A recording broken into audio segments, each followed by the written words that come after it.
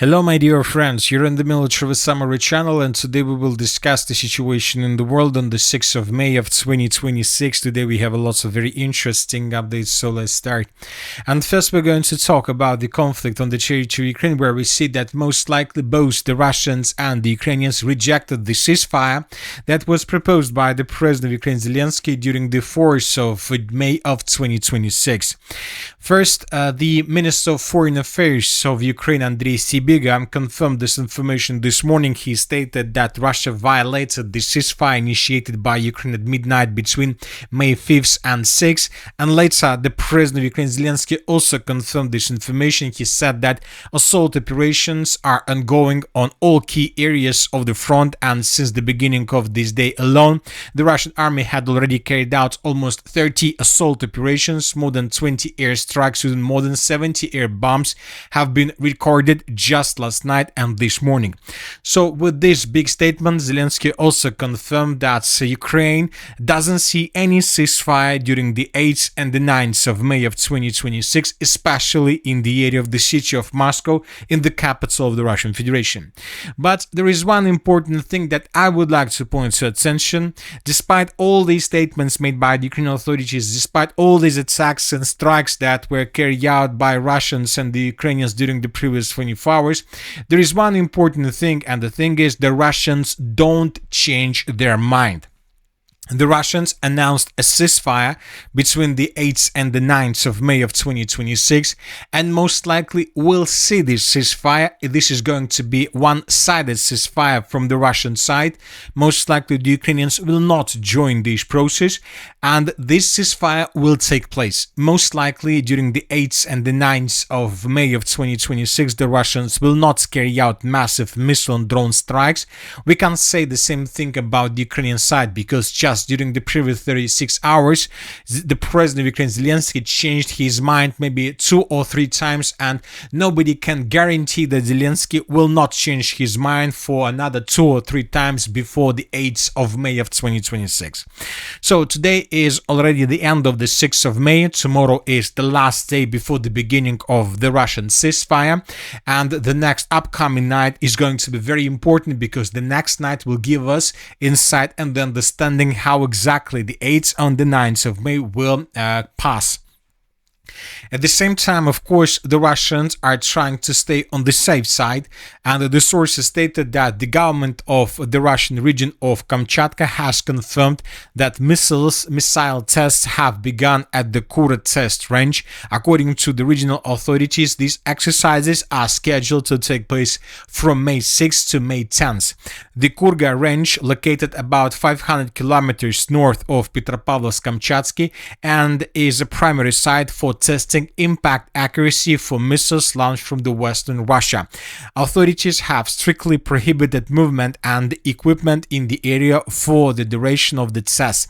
These drills follow a series of modernizations in Russia's nuclear triad, including the rearmament of missiles formations with Yars system. So the Russians began nuclear tests, and furthermore, another important thing is that yesterday we received a report, more precisely the day before yesterday we received a report that the Russians have closed the airspace over the Kapustin Yar, and this is the launching site that the Russians used to attack with Oreshnik systems. So as you can see, both the western and the eastern parts of the Russian Federation are ready to use the most modern and the most important and powerful weapons the Russians have right now. And most likely during the 9th of May, the Russians will try to introduce the Western countries, the NATO countries, the United Kingdom, France, and the United States of America, the capabilities of the new Russian weapons that most likely we'll see during the 9th of May. And telling the truth, everything is possible during these days. Furthermore, and most likely, the Ukrainians will attack the territory of the Russian Federation between the 8th and the 9th of May of 2026, and the sources stated that everything is possible. And according to information we have, the Russians are preparing a massive attack between the 10th and the 12th of May. So the Russians will not attack Ukraine with hundreds, maybe thousands of drones and hundreds of missiles during during these days, but during the 10th or between 10th and the 12th of May, everything is possible. But of course, everything depends on the Ukrainian behavior during these days. If everything goes wrong, then most likely between 10th and the 12th of May of 2026, we'll see indeed thousands of drones, hundreds of missiles, and probably a couple of Oreshnik systems. Anyway, let's wait and see what is going to happen next, but now let's discuss the situation on the ground.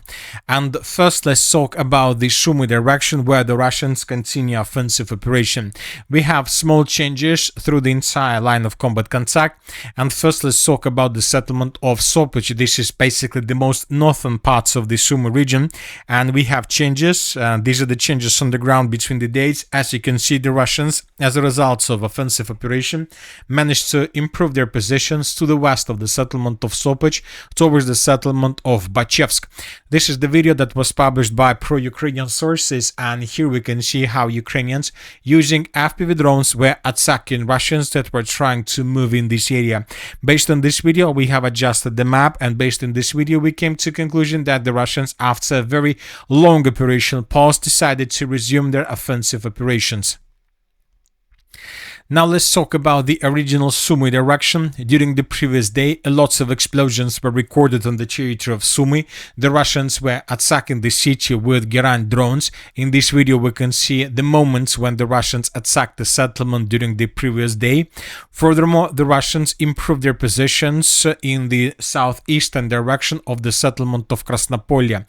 And this information was provided by neutral mappers. We have the Russian offensive operation in this area. If you remember, during the previous 3 days, the Russians improved their position significantly, and it seems that in coming days, and most likely tomorrow, the Minister of Defense of the Russian Federation, right before the Russian ceasefire, will confirm Russian control over the settlements of Ryasne, and probably will see a video from the settlement of Miropolye with the Russian flags. So I believe that both either tomorrow or the 6th, the 7th of May, or the day after tomorrow, the 8th of May, would be something like the Russian Day flag, when we'll see hundreds of flags raised by Russians along the entire line of combat contact.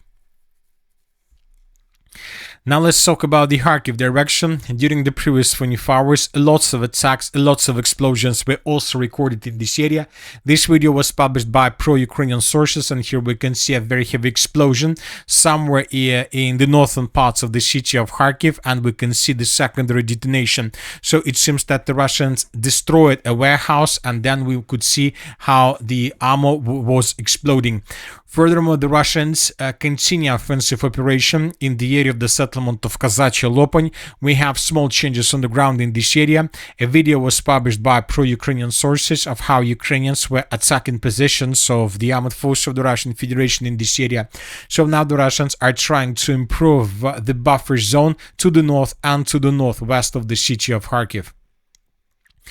As for the northeastern Kharkiv direction, here we have also small changes. The Russians improved their positions in the area of the settlement of Badarki. So these are the changes that were made based on the video that was also published by pro-Ukrainian sources. Here we can see how Ukrainians were FPV droning the Russians right exactly through the eastern parts of the settlement, and these are the changes on the ground. Not so big, but the most important thing is that the Russians continue advancing. As for the Veliki Burluk direction, here we have changes as well, and as for these changes, this information today was provided by several very reliable pro-Russian sources, and according to these changes, the Russians began advancing in the direction of the settlement by the name of Vilkhuvatka. This is a very important village that connects basically the Veliki Burluk, Bely Kolodets settlements and the most northeastern part of Kharkiv region.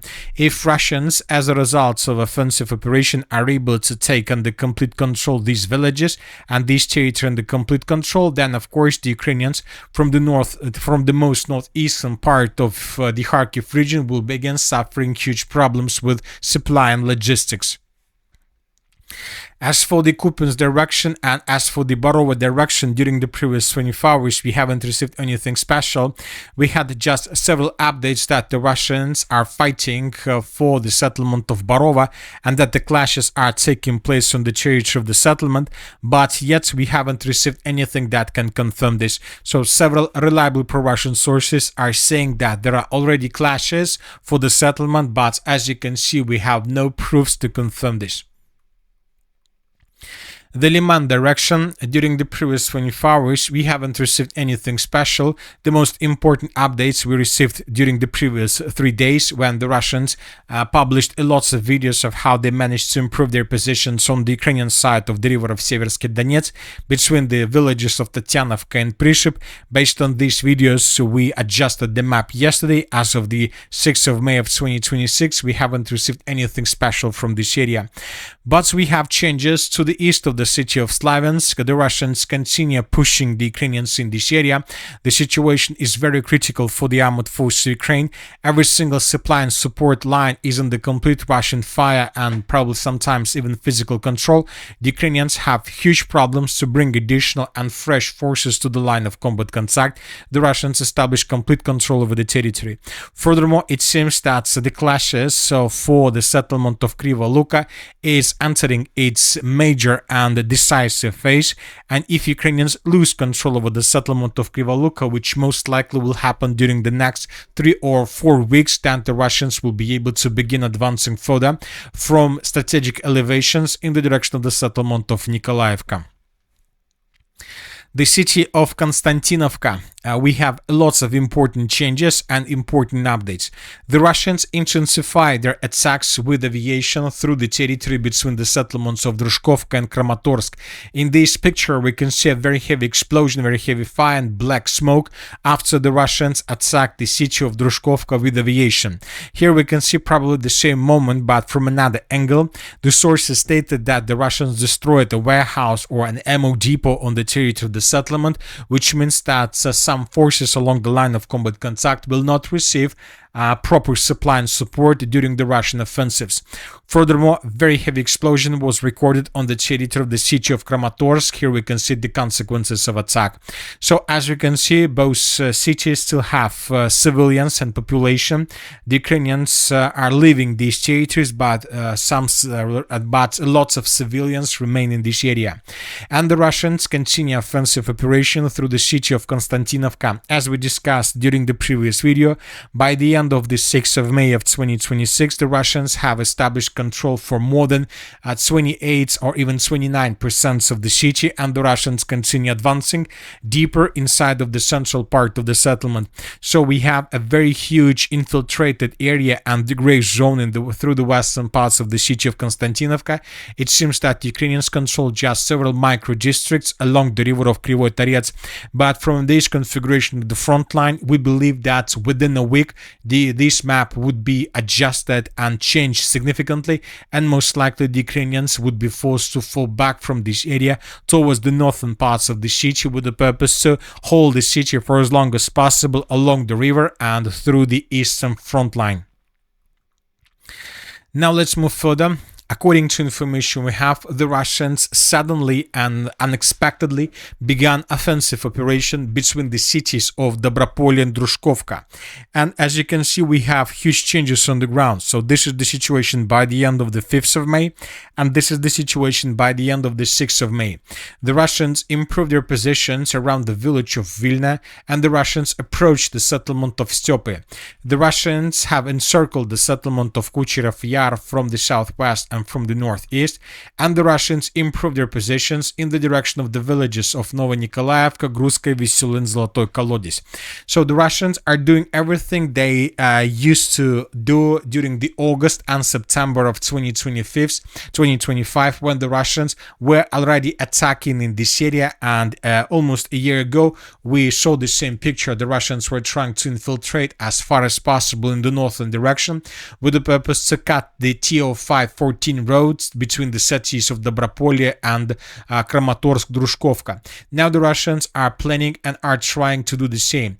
The Russians will continue offensive operation, and the Russians are tasked most likely to establish complete control over these territories. So these are the fields, villages, fortifications between the settlements of Dovga, Balka, Druzhkovka, Vladimirovka, Shakhov, Dobropillia and Belitskaya.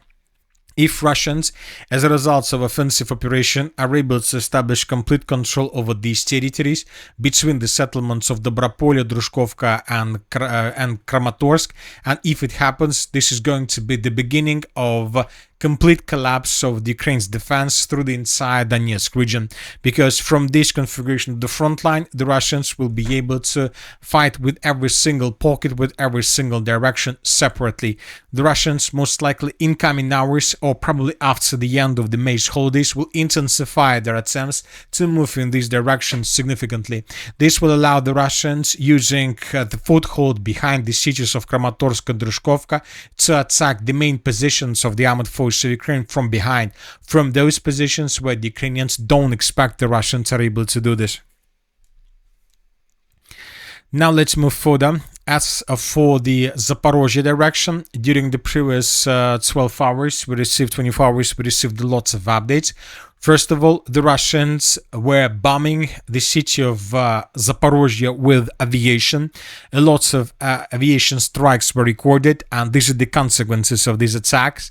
As you can see, several warehouses and probably ammo depots, logistic hubs were completely destroyed and reduced to ruins, and the Russians are attacking the city of Zaporizhzhia while the Ukrainians are trying to carry out a counter-offensive operation in the direction of the settlements of Stepnogorsk and Kamenskaya.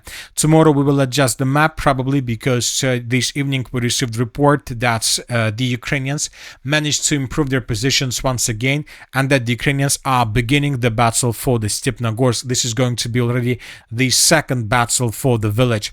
The Ukrainians actively redeploy their reinforcements and reserves in the direction of this western Zaporizhzhia direction, but the Russians have established certain fire and FPV drone control over the territory, and the Russians don't allow the Ukrainians to bring their fresh forces to the line of combat contact. So all these updates confirm that something big is happening right now in this area.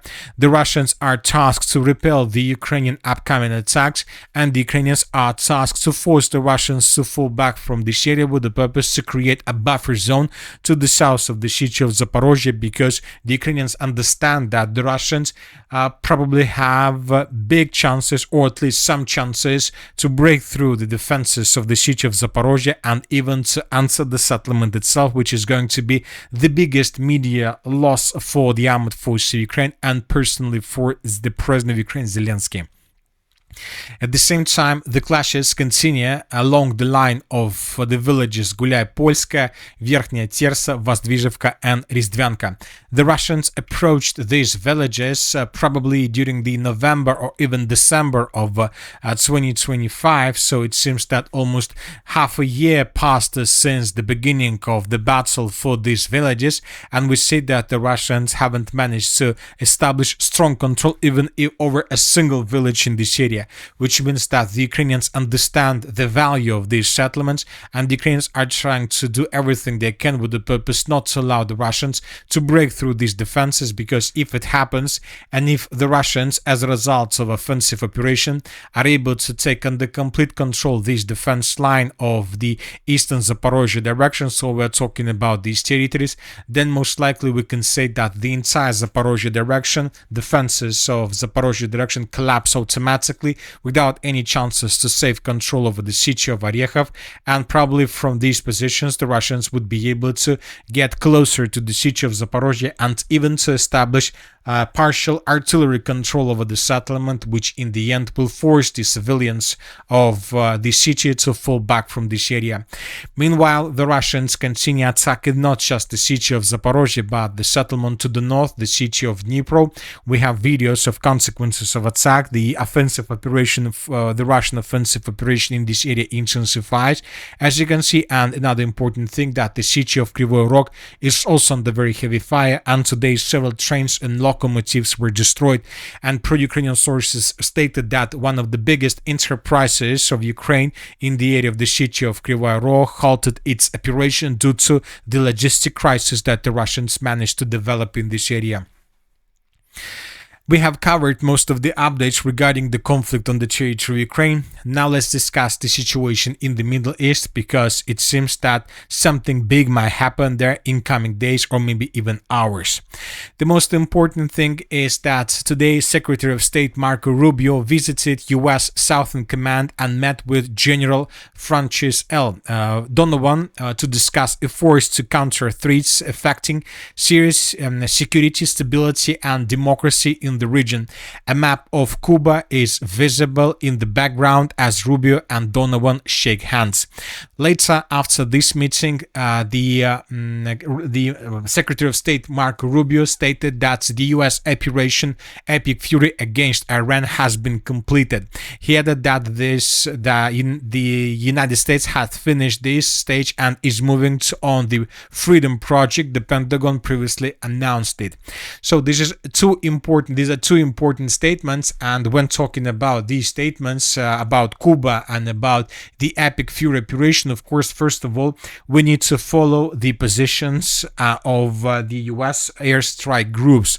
And as you may know, several days ago, the United States of America, the Central Command, stated that they are no longer needed, the US Gerald Air Fort, and they stated that this airstrike carrier group will return back to the United States of America, but the Western authorities, the U.S. military authorities, claim that this airstrike group is returning back to the United States of America due to different reasons, because this aircraft group is already 360 days deployed in the area of the Middle East. So it's about a year when this group was deployed in this area. Furthermore, they stated there are several things that needed to be repaired and so on.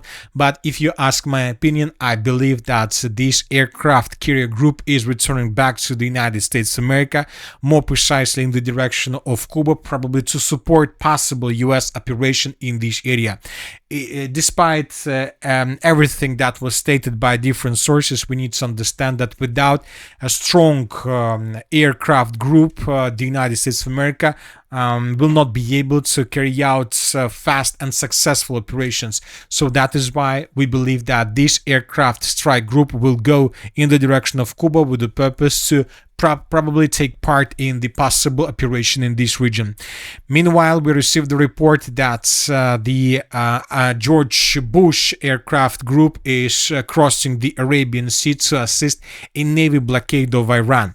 So now we have two aircraft groups here, and we see that the United States of America is not going to lift any blockade of the Strait of Hormuz, despite the statements that were made both by the Iranian and the US side. Another important thing worth attention is, of course, the statements that were made by the President of the United States of America these days, and during the previous 24 hours, he once again was talking about some process that is currently taking place behind the doors. He said that currently the United States of America and Iran are about to make a deal, assuming Iran agrees to give what has been agreed to, which is perhaps a big assumption. The already legendary Epic Fury will be at an end, and the highly effective blockade will allow the Hormuz Strait to be open to all, including Iran. If they don't agree, the bombing starts, and it will be sadly a much higher level and intensity than it was before. Which means that probably there is something like an ultimatum issued by the United States of America behind closed doors, and the President of the United States of America gave probably up to 48 hours to the Iranian side to accept the deal or to reject. And if the Iranians reject this deal, then most likely the United States of America will carry out small strikes or short period of strikes through the territory of Iran. Of course, the Iranians are seeking for help and support, and today we received the report that the Minister of Foreign Affairs Arakchi came with the official visit to China, and these are the pictures when the Minister of Foreign Affairs of Iran landed in China, where he had a meeting with the Chinese counterpart. And later this evening we received the report that the Chinese authorities stated that they would provide the necessary support to the Iranian side, and that Iranians will have full support from China in possible escalation of the conflict in the Middle East. And all these things are happening right before the moment when the President of the United States of America should arrive on the territory of China. For example, today US Secret Service vehicles have been spotted in Beijing as a part of an advance team supporting Donald Trump's upcoming visit to China. Of course, the President of the United States of America wants to come to China with defeated Iran, but according to this configuration of the political situation, it seems that the Iranians will not be defeated before the meeting between Xi Jinping and the President of the United States of America, Donald Trump. Furthermore, we received the report that the Iranians are going to create the administration of the Strait of Hormuz and the Persian Gulf, responsible for issuing shipping license in the Strait of Hormuz as part of Iran's intention to manage shipping in the strait. Furthermore, today the Iranian sources published a short instruction how the process of the crossing of the Strait of Hormuz must take place according to the new legislation.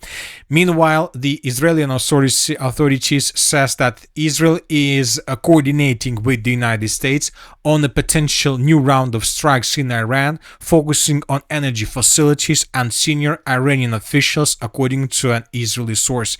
So nothing has finished yet. Everything can start from the beginning and much more powerful in comparison with the previous wave. So let's wait and see. And we need to understand that currently there are too many players in the world who are interested in another round of escalation in the Middle East. And that's it for today. The Military with Summary channel reminds to condemn any violence in the world. Thank you for your watching. Subscribe to my channel, put your likes, join my Patreon, and have a good day. Bye-bye.